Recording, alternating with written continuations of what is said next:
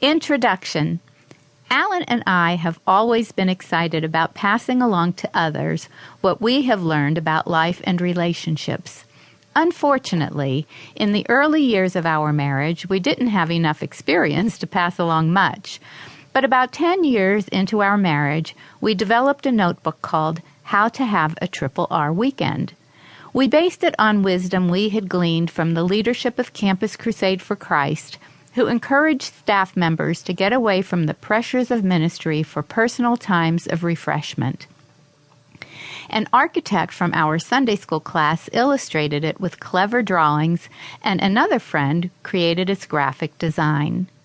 Excited about our creation, we showed it to our friends Tim Kimmel and John Trent, both nationally recognized speakers and authors, in hopes that they could help us get our baby birthed into a bestseller. This is nice. It would make a good companion piece to a book on marriage, Tim told us during lunch. Discouraged but not destroyed, we licked our wounded pride and limped back to the word processor. Not long afterward, we were asked to speak to a couples group and created a talk on 5 keys to unlock the mysteries of marriage. We created 5 C's to help the group remember the 5 keys: comradeship, commitment, communication, completeness, and consecration. Alan was the clever one who declared, "We can call it the Marital Mystery Tour." Now we had a great title for a book. All we had to do was write it. Unfortunately, I was swamped with homeschooling our 3 children, being a soccer mom, and helping Alan lead communication workshops, which were all very convenient excuses to help me procrastinate while I wrestled with my fears of failure. Over the next few years, I joined a Christian writers group and attended enough conferences to realize that even with my B.A. in English, I still had a lot to learn about writing. Meanwhile, Alan and I kept plugging away at the book. He's great with ideas. I just make them readable and grammatically correct. Tim and John encouraged us in our efforts. John even helped us get to a Christian Booksellers Association convention in California, where we handed out book proposals to every acquisitions editor who would give us eye contact. "This is a clever title," said one, "but where in your book does the tour come in?"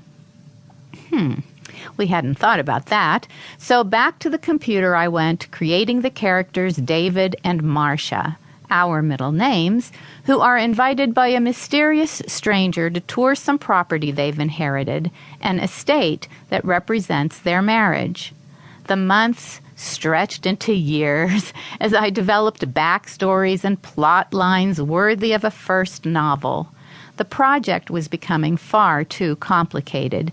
David and Marcia argued too much to be likable, and I was losing sight of our main objective, which was to teach 5 keys to unlock marital mysteries. Perhaps Alan and I needed to get a few more years of marriage experience under our belts, or maybe I needed to get over my fears and just write the book. I finally devised a structure that I thought would work. I would retain the idea of a couple receiving an inheritance through a mysterious stranger, but the couple would be more generic. A man and a woman to whom, I hope, many readers will relate. They experience identical circumstances, but perceive them through uniquely male and female perspectives. Throughout the book, I introduce each chapter with the female point of view, ladies first, then the male perspective, and gentlemen, followed by Alan's and my own observations and teaching. We realize that not every characteristic of these stereotypes will fit all of our readers, but we hope that enough of them will relate to enough of you so that you will see some of yourself in them and benefit from their experiences. We hope you'll find the trip enjoyable as you embark on your own marital mystery tour. Hi, this is Dr. Tim Kimmel. I know you're going to enjoy the Marital Mystery Tour with Alan and Pauly Heller.